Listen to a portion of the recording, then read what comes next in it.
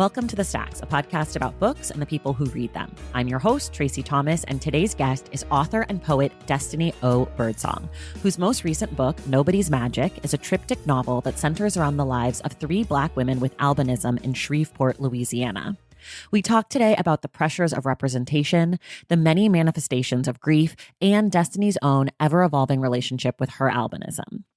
The Stacks Book Club pick for March is A Mercy by Toni Morrison, and we will be discussing the book on the podcast on March 30th with Imani Perry. If you like The Stacks and want more of it, please head to patreon.com/thestacks to join the Stacks Pack. You'll get perks like bonus episodes, virtual book club, discounts on merch, and shout outs on the show. Speaking of, here are some of our newest members of the Stacks Pack. Gunn, Eva Nace, Damian Roberts, Amanda Wingham, Catherine Burland, Amy C., Carrie Ann Flavin, Adriana Avila, Michelle Noviel Hom, Julia Lupton, and Patrick Lyra Lanier. Thank you all for joining and putting your money behind the work of this show. The Stacks is a completely independent podcast, so if you like what you're hearing, please join the Stacks Pack and know that there would be no The Stacks without the Stacks Pack. Head to patreon.com/thestacks to join. Now it's time for my conversation with Destiny O. Birdsong.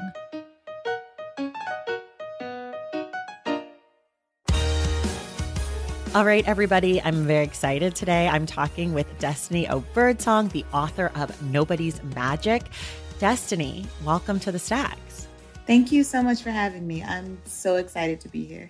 I'm really excited to talk to you. I have to admit, I have never read a book that is a triptych novel before. So I think we should sort of start with like 30 seconds or so. Tell us about the book. And then I have a whole bunch of questions for you about the characters and everything inside. So why don't you give us sort of a bigger rundown overall picture? Sure. So Nobody's Magic is a triptych novel. It's told in 3 parts. And each of the parts is devoted to a Black woman with albinism who lives in the South, specifically either lives in or has connections to my hometown, which is Shreveport, Louisiana. And I think the sort of overarching theme of the book is really about endings and beginnings. You know, in each of the stories, the women have these endings of sorts, right? So for Suzette, it's the end of her childhood. For Maple, it's the end of her mother's life. For Agnes, it's the end of a dream that I think even she has some trouble kind of articulating or deciphering for herself. And so each of them kind of has to pick up at that point and figure out how they want to live the rest of their lives, you know, who they want to be, who do they want to be with. So I think if I had to sum it up, I think that was good. The gist of it. That was very good. Okay. I want to talk about a triptych novel first before I talk about actually what's in the book. I've never heard of that phrase before, I don't think. And I am interested to know how it's different to you than a collection of short stories or than a collection of novellas or interconnected novellas or short stories. Yeah. So I think, you're right. I feel like my first triptych novel that I read would probably be Tayari Jones's Leaving Atlanta, right? Oh, Which is I read that. Okay. Yeah. Is that a triptych novel? I think so. Yeah. Okay. It's 3 stories. I think the difference between hers and mine is that the stories are interconnected. So the characters know each other. Right. And in my case, the characters don't. And I think for me, what makes it a triptych as opposed to like a collection of novellas or a collection of long short stories is that I think their shared subjectivity for me was really important, right? Like there's not a lot of representation of characters with albinism in literature right now. When they do appear, the representation is sometimes a little narrow, sometimes it's problematic, depending on, who you're reading and how the characters interact with the main characters. But for these women, I wanted to offer like a range of subjectivities, but I didn't feel like it was really necessary for them to interact with each other. One of the great myths about like people with albinism that I've encountered so many times in my life is that we all know each other and that we're all part of this sort of family of people who look alike. It's deeply problematic. That's so weird too. Yeah. Why are people so weird is like the real question. The little kid in me just really wishes that, I feel like there's more of this happening right now. But when I was growing up, I think people were just really overwhelmed by difference and just really overwhelmed by someone who did not fit into a neat category Right. of people that they'd previously encountered. So it's like they would try to put me very quickly into some category. It's like, oh, well, I know another person who looks like you two must be connected. Right. Yeah. So it was important for me for the women to have their own narratives that weren't sort of bogged down by that stuff. And there are references, they do they're like these little references to each other throughout the book. The one where Mrs. Hamilton calls Maple Agnes, as soon as the next story started, I was like, who is this Agnes and how is she connected? Like, I loved the little moment of like, why did she say Agnes? Yeah. I mean, well, it's a small city. So, Right. there are some moments where they're sort of running into people who know, Yeah. the other main characters. So I thought that was a really cool way to connect them. But I really just feel like their shared subjectivity.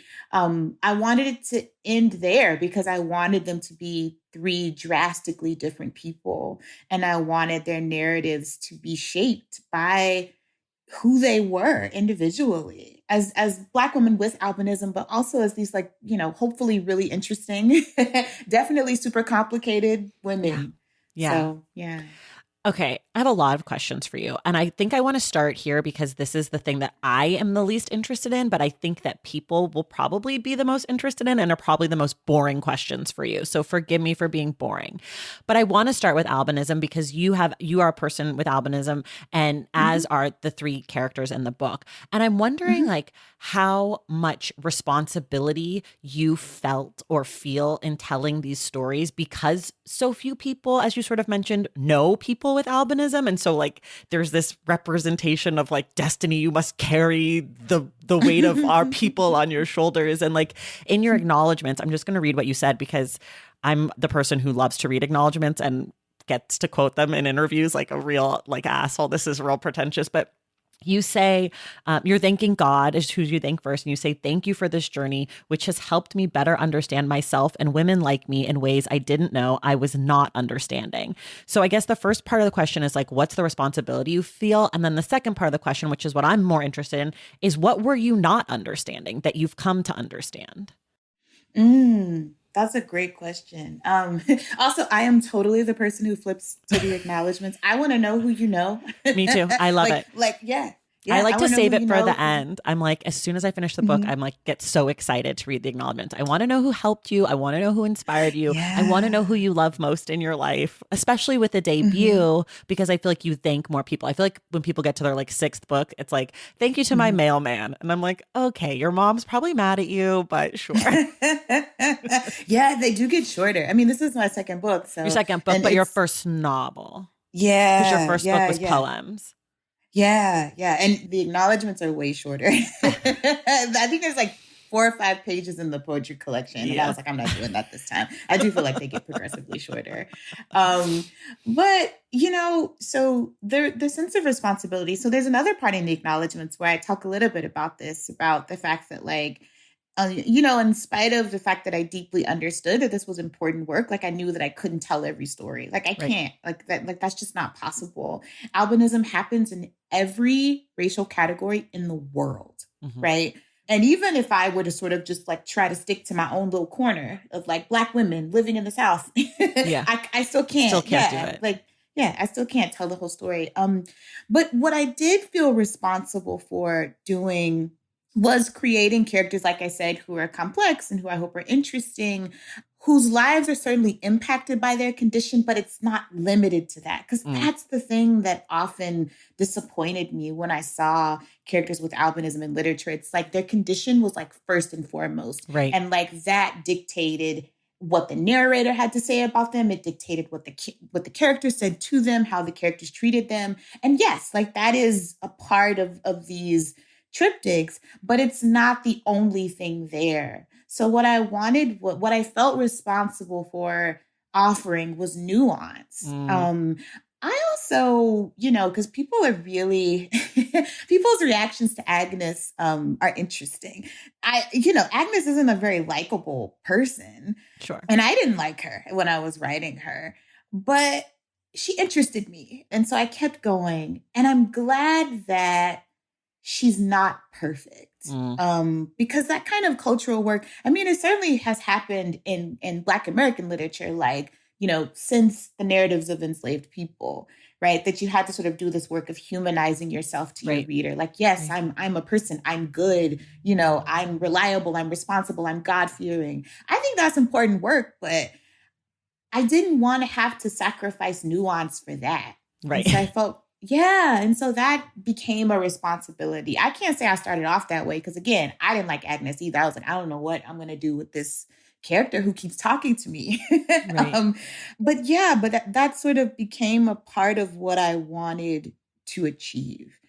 And in terms of my own not understanding, it was really important for me to also portray characters who were like desirable and who other Mm. characters desired, who were sexual, who thought about their own beauty and sort of like expressed it in different ways, but Yeah. also were sort of discovering their own beauty in the process in a couple of the narratives.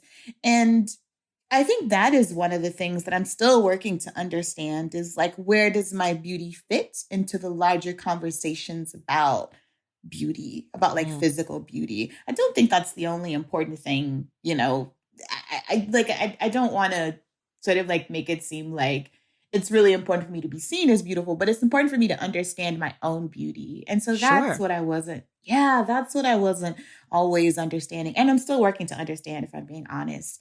And so that's the thing that comes to mind when I think of the first part of my acknowledgments is just sort of coming into a better understanding of my own like aesthetic wholeness. Right. Right. Right. Yeah. I love that so much. Thank you. Um, so this is sort of more about just like writing about Black women generally, because what I fucking loved about this book was you captured dialogue and conversation and like the way that it feels to be Black and talking. I feel like, so I know that sounds like very basic, but I read so many books, and not just books by Black authors, but just in general, like dialogue seems to be very hard and people don't always get it. And it doesn't always feel natural. And like from the jump, your dialogue was just like, I was like, I get it. I know where I am. I know who these people are. So I'm wondering how you approach writing dialogue and if it's something that's easy for you or if that's like one of the harder parts for you in actually writing your work. Well, I think dialogue comes easy for me, but it's an earned easiness. So talking is my love language. Me too. I yes, I'm a marathon talker. One of my close friends and I used to talk. She lived in upstate New York for a long time and it was like really isolating. And like one day Mm. we had this 8-hour phone conversation and I have no memory of the length of the conversation. I remember the conversation was really good. I had no idea it lasted that long because Mm. that's just, yeah, that's my thing. I was in heaven talking to my buddy. So I think that's been a kind of training for me is sort Mm. of like being in conversation with people I love and sort of like always being in the presence of the kind of rhythm of like Black language and at all levels, right? Because my friends grew up all over the country and in some cases, in different parts of the world. And so just the rhythm of language, I think I'm steeped in it, because I'm surrounded by people whose love language is also talking. So dialogue to me comes fairly easy, but I think it's still a thing that I pay great attention to because, like you, I feel like I'm kind of a snob with it. Like if I read your dialogue and it doesn't feel authentic, it's a turn off for me as a Yeah. reader for a little Yeah. bit. So I do, yeah, I'm very careful with it. I read it over and over again. Sometimes I read it aloud. It's really important for me to sort of capture a rhythm that my ear is accustomed to, but also that feels natural on the page, like in the text. And are you So. thinking about your characters' voices differently? Like, are you imagining them like when you're I don't write, so I never really understand how people write. I still don't, even though I've been talking to writers for 4 years. I don't get how you guys do this. But are you thinking like, are you hearing Suzette's voice and it sounds a certain way in your head and you're just writing it out? Or like, I don't know what the other option would be, but I don't, how do you know that like Donnie sounds right or Agnes sounds right?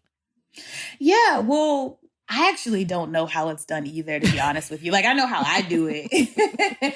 And one of the ways I do it, which is probably really kooky and kind of weird, is I think about my characters as real people. Sure. You know, and they are often the amalgamation of people I've known, you know, like not in whole, but sort of like when I visualize Donnie, I can see what he looks like, but I also sort of know his backstory and I know the places he's lived in and worked in. And so that's going to influence how he says a thing. I also think he's sort of like smart in these really like unexpected ways. And so like that also influences his language. So for me, I think it's some character building, but the characters do talk to me. Yeah. When I was writing Suzette's part of the triptych, I was trying to hear her tell the story, right? Like how is Suzette going to tell the story? And the way she tells the story is influenced by her being an only child. It's influenced by her growing up around older Southern Black people. It's influenced by her like time on the internet. And so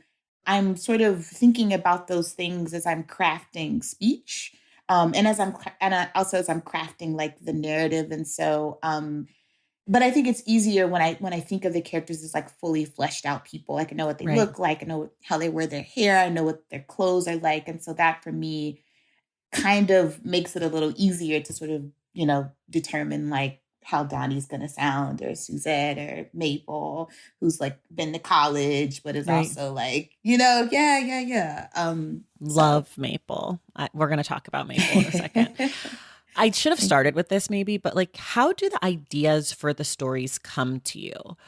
Because I feel like oftentimes, like when people write their first novel, it's a lot of themselves is in it, but you have these three very different women. So I'm going to make an assumption that you're probably in each of them in different ways, but like, how did you come up with the actual stories? Because they're so different from each other. Yeah, well, yeah, I think you're right that there's sort of a little piece of me in all of them. So the first story that came was Agnes's part of the novel. And it came because Agnes was like was like grading high school exams. And it just came as a joke. Like I told someone like, oh, you know, I wonder what would happen if someone just like lost their shit in here and started like throwing things, or like, because it's a really austere and very quiet space, like the reading room. And so I just wondered, like, you know, what would happen if someone introduced some chaos? Right. And so they sometimes happen like that, sort of like ideas. Sometimes I'll start off with a very clear sense of what I want to write. But I'll tell you, it almost never goes the way I planned. So for instance, for Suzette's triptych, I started off with the idea that I would have this character who had albinism, and who was capitalizing on these myths about people with albinism, like having special powers and like, you know, but she's a charlatan, like she's using these superstitions to like, you know, to like make money off people. But somehow it just evolved into a really sort of sheltered woman who has sort of like benefited from these superstitions, but not in the ways that I had intended. Right. Yeah. So for me, sometimes it's just sort of an idea that's like born out of an interest in a specific topic. So like for Maple, her original story was supposed to be about her just like getting laid. Like she hasn't had sex in a long time, and she's gonna figure out how to do it. She's gonna find someone to do it. She's gonna get it done. But it was supposed to be sort of like a comedy of errors. And I started writing I wrote the first scene of Bottled Water. And like, then shortly after, I was like cooking dinner, and like a very small voice said to me, oh, the mother's supposed to be dead. And I was like, what? But I decided to sort of follow that impulse. And I was like, okay, well, the next time I sit down to write about Maple, I'm going to write as if the mother's dead. If it works, great. If it doesn't, I'm just going to go back to my original idea. Because in the story, there's also going to be a mother who was like her daughter's best friend. And she's sort of like helping her along in the quest. Got it. So yeah, so they come as ideas that I'll play around with. And if it works, it works. If it doesn't, that's okay. But I'm also deeply aware that like my characters and the stories that I'm telling are sometimes just smarter than I am, or smarter than my original plan. Mm-hmm. And so I'm totally open to like letting them evolve, right? I Like love I that. try not to put, yeah, like I try not to put too much pressure on what I had in mind. Yeah. Which is a practice I'm much better at on the page than like in my life. Sure. Seems So, impossible in life, let's be honest. yeah. Do you have a Yes. favorite of the three women or of the three stories? People ask this often, and I feel like, well, I genuinely do not have a favorite, but if I did, I'm like, I'm not going to tell you because I want you to read all of them.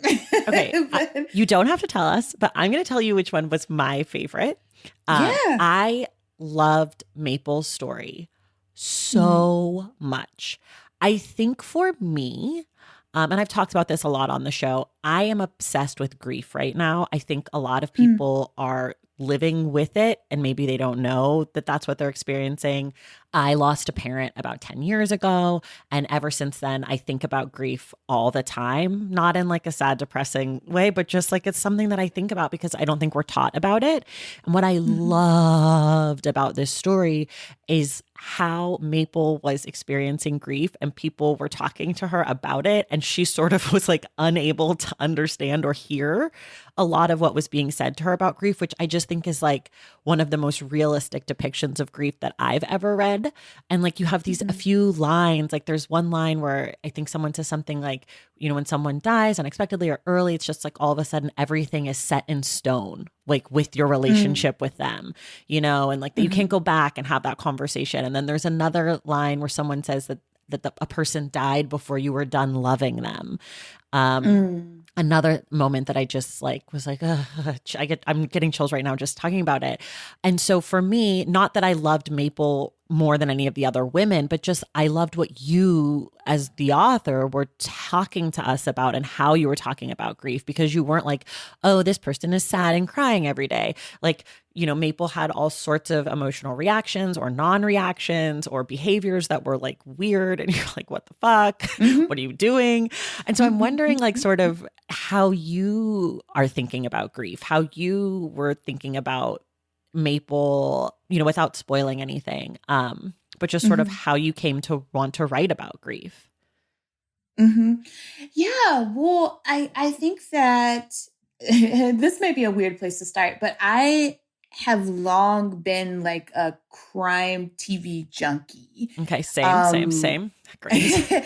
I and the cases that often were the most perplexing for me were the ones where a detective decides to focus on a particular suspect because they would say something like, "Oh, well, this person wasn't grieving properly," and I Mm, was just like, "What does that mean?" mm-hmm, Right? That like the mm-hmm, grieving process is different for each of us. Like, and I grew up in a family where there were like a couple of years where like three or four people like passed away. mm, And my mom's reaction to it, I mean, in hindsight, it's heartbreaking to think about. As a kid, I was just sort of bewildered and kind of confused and maybe a little scared. But like, I think that the culture she was raised in, and, you know, by default, I was also raised in, sort of treats grief as this thing that you sort of like move past. right. And you should do it very quickly because to sit in it is dangerous and potentially is sort of like suggests a lack of faith, right? Mm, That God mm-hmm, can mm-hmm, comfort you and that you will be okay and that right. this was all a part of a divine plan. I think that she really struggled with that. And the struggle is just sort of like it mapped itself out in some really interesting ways. And I think that those are the two things that really sort of brought me to an interest in grief. But like I've, you know, I haven't yet lost, like in my adult life, lost, you know, a close loved one, right? Mm, Like a parent or a spouse or a child. But I have grieved some losses. You know, sometimes people leave your life and they're still living, yeah, but it's done. yeah, Yeah, and there is no going back to that relationship. Or there's no having that conversation. So I've also been interested in that because I have had those losses in the yeah. past few years, and those two are grieving processes that people seem to have very sort of like very clear ideas about, how one should Right. move through them. And those ideas are often really off the mark, at least for me anyway. Yeah. It's like, no, I don't know how to grieve that way. And actually, it feels painful and violent to do that. And so I think all of those things for me are at play in Maple's story. So, Yeah, I think a lot of people, I mean, just given the pandemic and everything, even if you didn't lose hmm someone to death, like I think a lot of people are grieving right now and again, like don't really know or understand what they're feeling, like grieving hmm a way of life or like hmm grieving a future that they thought perhaps they might have. hmm Like I know for me personally, I had twins in December 2019 and I had Oh, wow. visioned all these things that our life was going to be, Mm. and like they just haven't been those things, and that's been really really hard because I'm also like a planner type person, and at first I like Mhm. could not figure out why I was so sad because I was like, everyone I know is healthy, we've not had coronavirus, like all this stuff, and then eventually I was like, Mhm. oh my god, I'm grieving all these things that I thought that I would get to do and show my kids by now, and like my family that Mhm. I, all of that stuff. But the other thing I think that's really interesting that you said about sort of like having faith around grief is I think that Mhm. religion sometimes really complicates how people grieve because there is, and not just religion, but just like sort of generally toxic positivity. Like, it Mhm. happens for a reason, or like we're all going Mhm. to get through it and all this stuff. It's like, you know what? Someone just died, or like Mm. a million people are dying around me. Like, I don't actually need you to Mhm. tell me things are going to get better. Like, this is pretty fucking bad. And I just want to feel it. And it's not an indication Mhm. about like the quality of human I am or the quality of divine spirit that God may or may not be. Like, I just Mhm. find it also interesting. So I just loved Maple. I loved her story. And I Mm. loved what you did with it. Cause I think in other hands, it could have been a story that I hated. Like, I think handled differently, it could have just been yucky for me. Uh, Mm. I want to talk a Mhm. little bit to you about the world of publishing Yeah. because you've written this, like, what I would assume. Well, let me ask you. I guess let me start here. Did you receive any pushback about an audience or an interest level for a book about people with albinism and specifically Black women with albinism? Was there any like Mm. difficulty selling this book for you? So this is the first book I sold in the way it was sold, right? So sort Okay. of like the traditional way. Like my poetry collection was sold in a slightly different way, Okay. like without an agent. So Okay. I can't necessarily gauge in my opinion, it sold fairly quickly. I think Oh, it good. went on submission at the end of July, the beginning of August of 2020, and it was sold by September, which I think Wow. is yeah. I mean, I mean, it felt fast. I don't know if that's I think it sort of depends on one's experiences. But my agent really liked it, Mm. and the editors who were interested in it liked it in different ways. The editor who eventually bought it. Um, just really, if she had qualms of any kind, like I never saw them. Like she really like loved the book, and the thing that made her stand out among the editors was that she wanted the women to stay together. Mm. Like so because some had suggested like, oh, maybe we should break it up and they do like short novels. And so she loved the whole book Mm. and seemed very confident that it would find its audiences. So I didn't really get a lot of that. I mean, there, of course, Sure. as a writer, there's there's all kinds of stuff that happens behind the scenes that I am not privy to, and in some cases, I'm glad I'm not. But Yeah.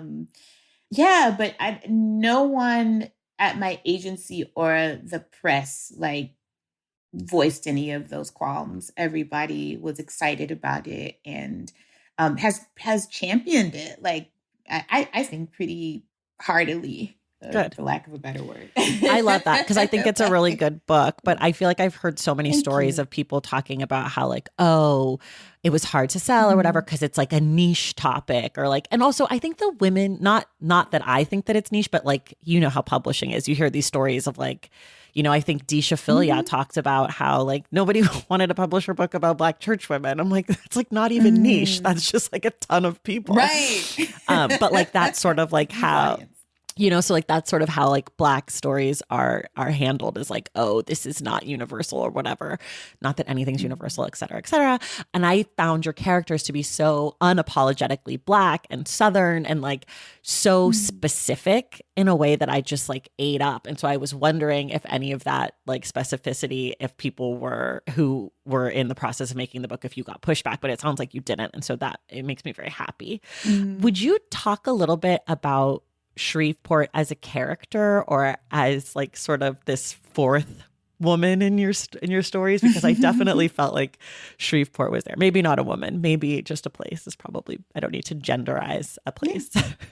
No, I think that I actually didn't think about the place as like being gender. I like that. I'm okay with her being a woman. Okay. I think that so it's, you know, I was lucky to grow up there, which is not something that was clear to me as a kid. Okay.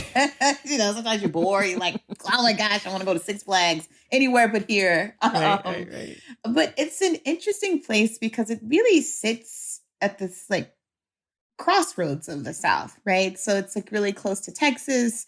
So it, you know, there's like Southwestern influence.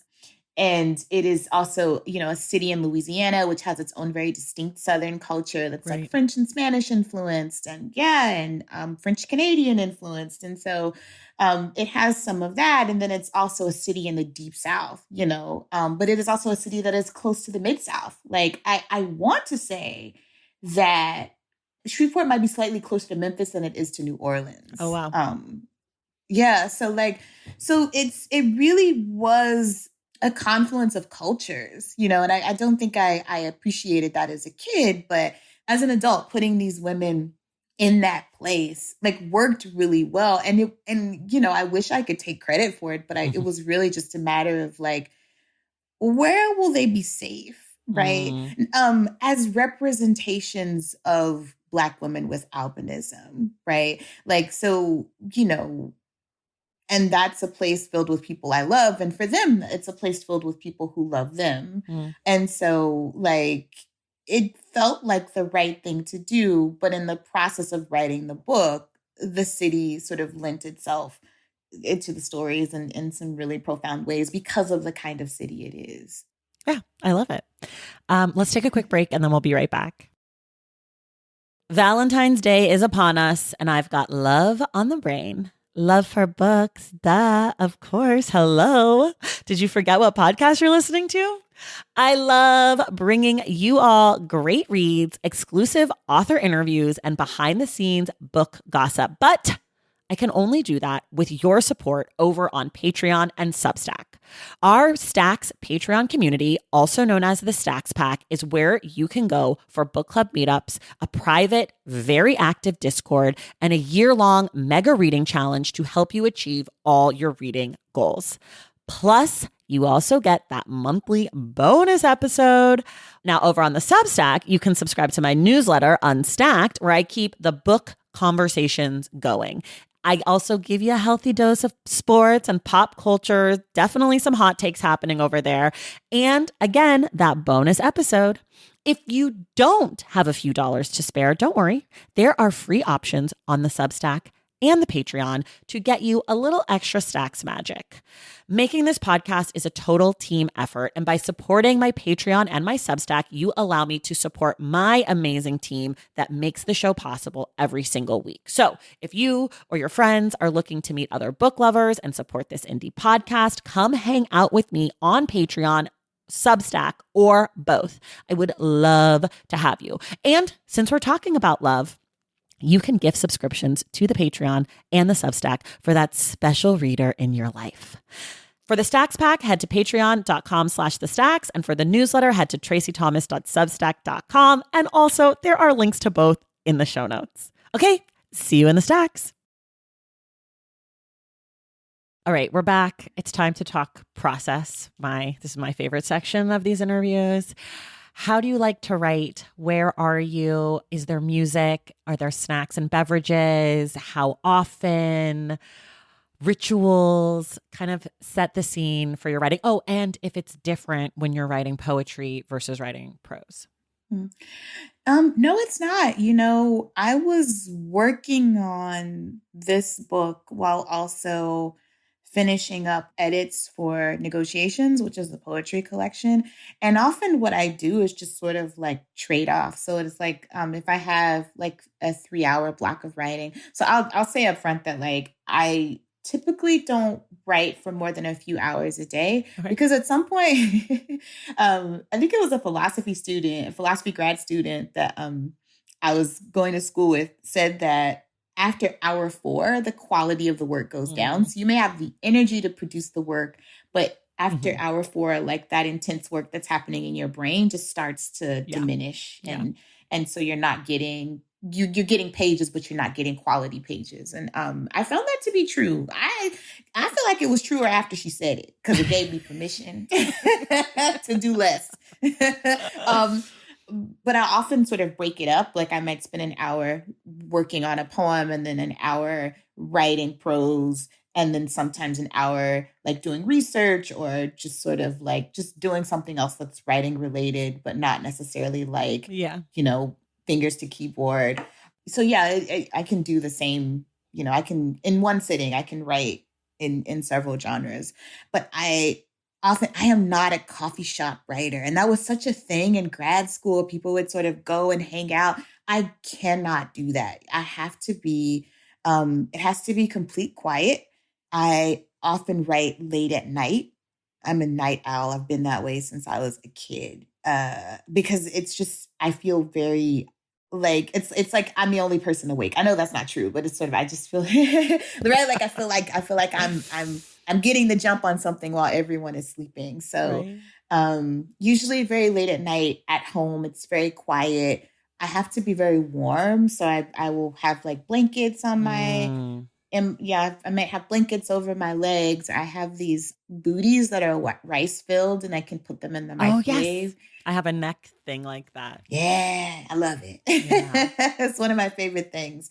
And then maybe some tea or something or water. I'm not usually like eating or anything. I'm not a person who does well with distractions. Got it. So it really just has to be me in a quiet and very warm place with my laptop. And sometimes I don't write things out by hand anymore, but sometimes if I feel like I need to, or with my phone, like I do great. I've written a few poems in my notes app. It's great. I love my notes app. That's how I do my reading. That's where I take notes for this show. It's like quickly as I'm reading, because I hate to get distracted from the moment, but I often need to like jot down a line or like whatever. If you're drinking tea, what kind of tea are you drinking?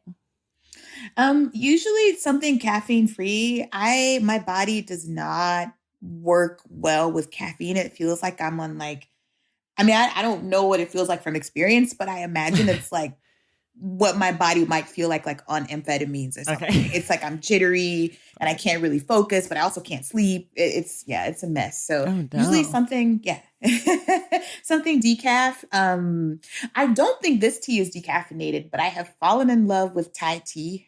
Oh no, that has caffeine for sure. It does. Yeah. I don't drink that at night, but I have kind of fallen in love with it during the day, and I have, because I'm dairy and lactose sensitive, so I have like lactose free sweetened condensed milk. Got it. Because I am a sugarholic. Yes. And now you're speaking my language. We were struggling because all I like is caffeine and milk, and so I was starting to get a little nervous that we weren't going to be able to bond. But sugar, I'm here for sugar. Yes, the tea itself is great. It has this real like, full-bodied flavor, and I do love that. But it's the sweetened condensed milk for me. I wouldn't drink it if I couldn't put it in. Yeah, I'm with Sometimes I'll sub it out. Yeah, sometimes I'll sub it out with like oat milk and and like honey or something Mhm. like that. Like if I don't want it as sweet, sometimes I'll do that and that works. But yeah, it's the sugar for me, really. I love that this podcast has really just turned into me finding out what everyone else is eating and drinking and like taking notes about that. It's like all a cover for my curiosity about what everyone else consumes. No, it's good. You know, sometimes it's good. I get good snack ideas from people. So I'm here Same, for it. same. Yes. I love a snack idea. How do Mhm. you sort of, or how are you sort of preserving and or tapping into your creativity these days? I used to write pretty consistently, maybe like 5 or 6 days a week. And part of that was because I was finishing things. Like I was finishing this book, I was finishing negotiations. I haven't been doing that as much lately, but I'm also wondering if I'm wondering if I should start again. I am my happiest when I'm writing or when I'm working on something. But I also don't like the idea of pushing out books that don't feel ready. Right. So yeah, so I feel like I've been trying to pace myself, but I haven't been writing as much and I miss it. I miss that time with my brain Mm, and, with my ideas. But what I have been doing, and it actually feels therapeutic because it feels like very low stakes, is I've been doing like these like small arts and crafts projects. oh, So yeah, so my friend and I went thrifting a couple of weekends ago and I bought like a shelf. So I've been like, I'm not like super handy. Like I can't take it apart and put it back together again, but I can fix the nicks on it okay. and put some nice contact paper in it or something, like Yeah. so it's yeah, it's me like sprucing up little things around the house, framing stuff that I like that maybe I've had for a while. Yeah, that feels like a way for me to be creative, but it doesn't feel like I'm under the pressure to do things. And I do feel like that's important, Yeah. right? So Yeah. I don't, yeah, it's important for me to make stuff that's just for me, Yeah. that I just want to see on the wall or next to my bed or whatever. I love the idea of that, and also it helps me create a space that feels like my own that I love. Mm, I'm very much a homebody, and my home space is really important. I get anxious when it's like when things are like cluttered or like it's not right. clean, because it really is conducive to my creativity when I feel like it's clean, it feels safe, there are things around me that I like and that bring me joy. And so that's been a way lately that I've been kind of preserving it and just trying not to put a lot of pressure on production, because I do feel like I feel like the power of my first two books in part lies in the fact that like nobody was looking for them. Right. Nobody was asking for them. Yeah, so I could just do what I wanted. I didn't feel like I had to write toward an audience or anything. Right. I just, it's just me doing my thing. And so I like to preserve that. I would like to preserve that energy Yeah. for the next project. So I do try to sort of make sure I'm not trying to sort of rush to a finish line on Yeah. anything. That makes so much sense. I think people forget that like creative people, people who create things for work, whether you're an author or a podcaster or whatever, that usually those kind of people are creative generally by nature. And so Hmm. and so finding ways to be creative that isn't work, I think is really important for creatives, just like in my experience and the people that I know and stuff. But I don't think other creatives always understand that about themselves. Like they think, oh, I'm a writer, so I write. But like, I'm a podcaster, but I also like to cook a lot, and that feels really nice. Like like being creative Hmm. in the kitchen, Are you? Hmm. When's your birthday? I want to know what your sign is. I'm a Capricorn and Oh, my birthday is December 31st. oh, Um, last day of yeah, the New Year's Eve, year. baby. I love this. Yeah, yeah. Yeah. I Wow. was thinking about that when we were talking about like how I like to write. Because I was born at 10:28 at night. And so my friends Wow. always sort of joke, like, oh yeah, like that's why that's your time of day. That's when you do your thing. That's when you're like ready, Um, ready to go. I yes. love Yes, yes, that. yes. Oh my gosh. I Um, didn't ask you this before, but I am sort of curious because you brought up audience. Did you have an audience in mind when you were writing Nobody's Magic? So I have a friend who repeated a question that someone asked her in a workshop. And the question is, who are you loving when you write? And for Mm. me, the answer is always Black women. But I'm also particularly with a book like this, like I'm also deeply interested in like introducing people to subjectivities that they aren't familiar with, Mm. right? So like, so I mean, so yeah, I feel like my audience is pretty broad, but when I'm thinking about the impact of my work, I am asking myself, how does this work speak to Black women? Like, how does it speak about the experience of being a Black woman? Like, what does it add to the Mm. conversation? So yeah, yeah.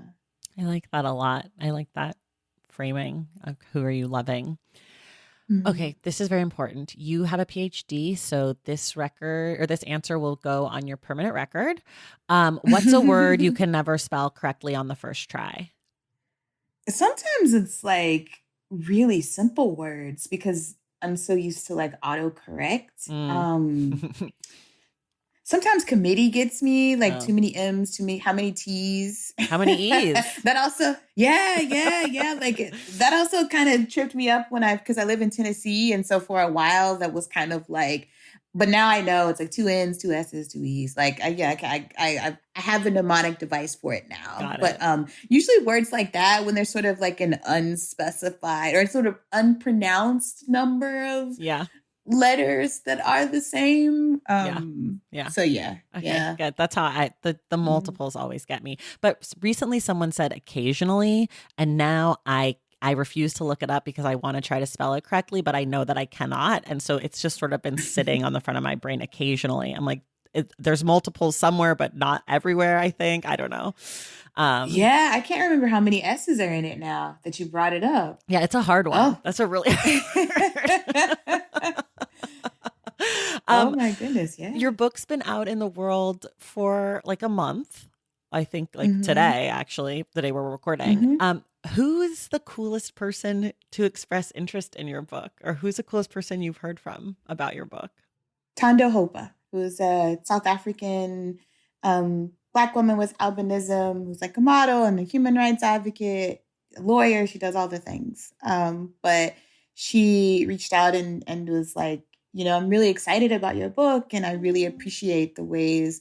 I think the thing that really, of course I'm happy that she's excited about it, but I think the thing that really struck me was that she said something to the effect of, the way that this book is being presented to the world feels right. Mm, Right. So it's not being presented as sort of like a gimmicky thing. I mean, that's not what she said, but like that's what it made me yeah. think about, is that, oh, like the way that my press and the publicity team has handled the rollout of this book feels authentic to other Black women with albinism. Mm, And so that, I think that was the part of her message that just like, I was like, it made yeah. me emotional. Yeah. And So and they gave you just like truly, or maybe you helped them create the most beautiful cover. I mean, this book is just so beautifully packaged. Do you love the cover? yeah. Don't you think it's beautiful? Oh yeah. Okay. Yeah. Oh yeah. I was speechless when I first saw it, because one of the things I was concerned about when we were talking about the cover was that, if there was going to be a person on the cover, that her body was not sort of exoticized in the ways that some visual representations of people with albinism are. Mm, I wanted her to be beautiful. I wanted her to look comfortable in her skin. I mhm. wanted, and yeah, there were some specific things I wanted. I wanted her to have earrings. Yeah. I was like, give her big hair. And I think that the cover just nails all of that stuff. Yeah. Like it does all of the things that I wanted it to do. And it's also a really beautiful cover that people really respond well to. So Yeah. I do love it. But yeah, it still feels a little surreal to look at it because it's so beautiful. I'm like, whose book is this? It This is really my book? is. Like, It's so gorgeous. It really, really yeah. is. I just have a few quick questions for you. One is that for people who love Nobody's Magic, what are other books that you might recommend to them that are in conversation in some way with your work? Mm. Oh, that's a great question. I mean, the books that I've read recently, that I love. I mean, of course, I love The Secret Lives of Church Ladies. I really often, when people talk to me about sex scenes, I often think back to Sula. I think to Toni Morrison's Sula, which I know everybody's read, but I love that. I love the sex scenes between Sula and Ajax. Love them. I think around the time I started thinking about this book, I was reading the short story collection, What It Means When a Man Falls from the Sky. It's Leslie Nanika Arima, I think. And I loved that book. I loved, there was one short story where one of the characters was a little girl and she was so, I think like someone had dared her to like check to see if one of her classmates was like actually wearing a bra. Cause like there was like rumors that like she wasn't as fully developed as she was telling people. Right. And I often think of her when I think of like Maple, who's just sort of irreverent and, I definitely mentioned Terry Jones earlier. Yeah. I absolutely love, I know many people love An American Marriage, but I loved Silver Sparrow, which is also a book that sort of like it toggles back and forth between narrators. Yeah. But they're sisters, they know, and they eventually meet each other. And so, yeah, I'll just it's interesting because when I finish a book, oftentimes I find that there are like remnants of books I've read that I wasn't even thinking about when I was writing. You find those little kernels and you're like, oh, you know what that reminds me of? And it's like, oh, wow. Like I did read that. I did love that. It did speak to me in some way. So, it's super random. I'm sure there's a laundry list of books. Yes, I'm sure. Made this one possible. I definitely thought of Church Ladies a lot while I was reading your book, for sure. Mm-hmm. What do you hope that folks will keep in mind as they read your book? The Black experience is vast. It is as nuanced as like the individuals who are living it, right? That like it can't be contained in one description or like, and it makes me think of the Lucille Clifton epigraph that like about like sort of telling the story with one thin tongue, that there are just so many ways of existing in the world as a Black person. Yeah. And these are a few of them. They aren't the only ones, but I just hope it sort of widens the scope a little bit. Yeah. Okay, here's my last one. If you could have one person, dead or alive, read this book, who would you want it to be? Oh, that's a great question. Goodness. So I think the ancestors are like with me all the time. So I think that like, I feel like the people in my family that I lost are like always here and like they are sentient perhaps in ways that like, we are not privy to. So like maybe they have already read the book. But I do think of like my grandmother and my Aunt Mary, who passed away when I was, I think maybe like 9 or 10. But goodness, somebody who I don't know. I'm going to go with Harriet Jacobs. Because I feel like this is particularly true for negotiations, but I feel like when I'm thinking about my literary ancestry, for me, it really starts with her, right? It really starts with the narrative of her, like,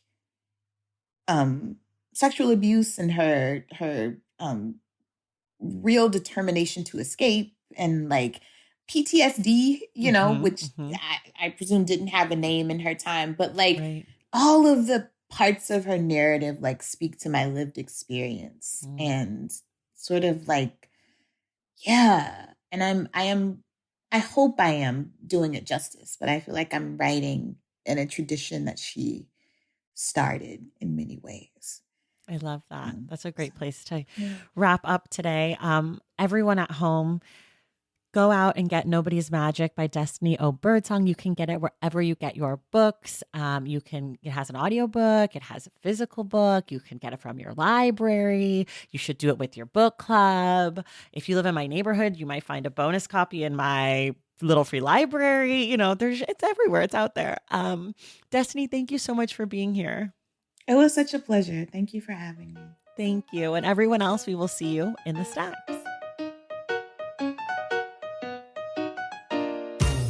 All right, that does it for us today. Thank you all so much for listening, and thank you to Destiny for being my guest. Thank you also to Cameron and Nessa for helping to make this interview possible. Remember, the Stacks Book Club pick for March is A Mercy by Toni Morrison, and we will be discussing the book on Wednesday, March 30th with Imani Perry. If you love the show and want inside access to it, head to patreon.com/The Stacks to join the Stacks Pack. And please make sure you're subscribed to the Stacks wherever you listen to your podcasts. And if you're listening through Apple Podcasts, be sure to leave us a rating and a review. For more from The Stacks, follow us on social media at The Stacks Pod on Instagram and at The Stacks Pod _ on Twitter. And check out our website, thestackspodcast.com. Our editor is Christian Duenas, our graphic designer is Robin McCrite, and our theme music is from Tigirigis. The Stacks is created and produced by me, Tracy Thomas.